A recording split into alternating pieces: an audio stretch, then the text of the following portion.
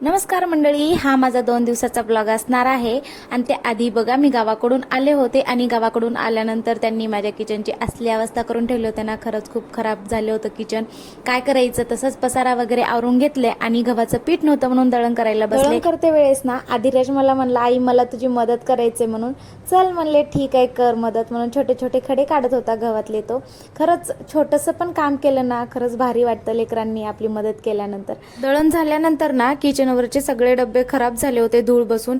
सगळे स्वच्छ वगैरे करून घेतले, सगळे डब्बे घासून घेतले आणि डब्बे घासून झाल्यानंतर थोडा वेळ दुपारच्या टायमिंगला आराम वगैरे केला. आमच्याकडे रिदू आला होता आणि रिदू आल्यामुळे आम्ही सगळे मिळून डीमार्टला गेलो, कारण घरातला सगळा किराणा संपलेला होता.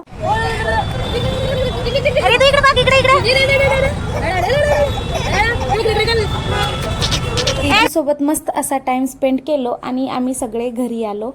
रिदू सोबत कसा टाइम गेला काहीच कळत नव्हतं, कारण तो आल्यामुळे घरात एकदम आनंदमय झालं होतं घर आणि खरंच खूप भारी वाटत होतं. आदिराज पण मस्त त्याच्यासोबत खेळत होता.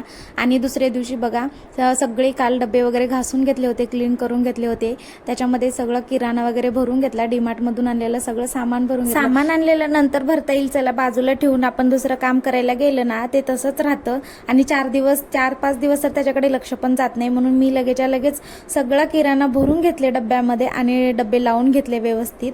आणि गावाकडून आमच्यासाठी आंबे आलेले होते, आमच्या शेतातलेच आहेत, उतरवले होते.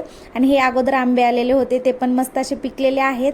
आणि हे आत्ता आलेले पिकू घालत होतो. घरचे आंबे असले की खाण्यात मज्जाच वेगळी असते.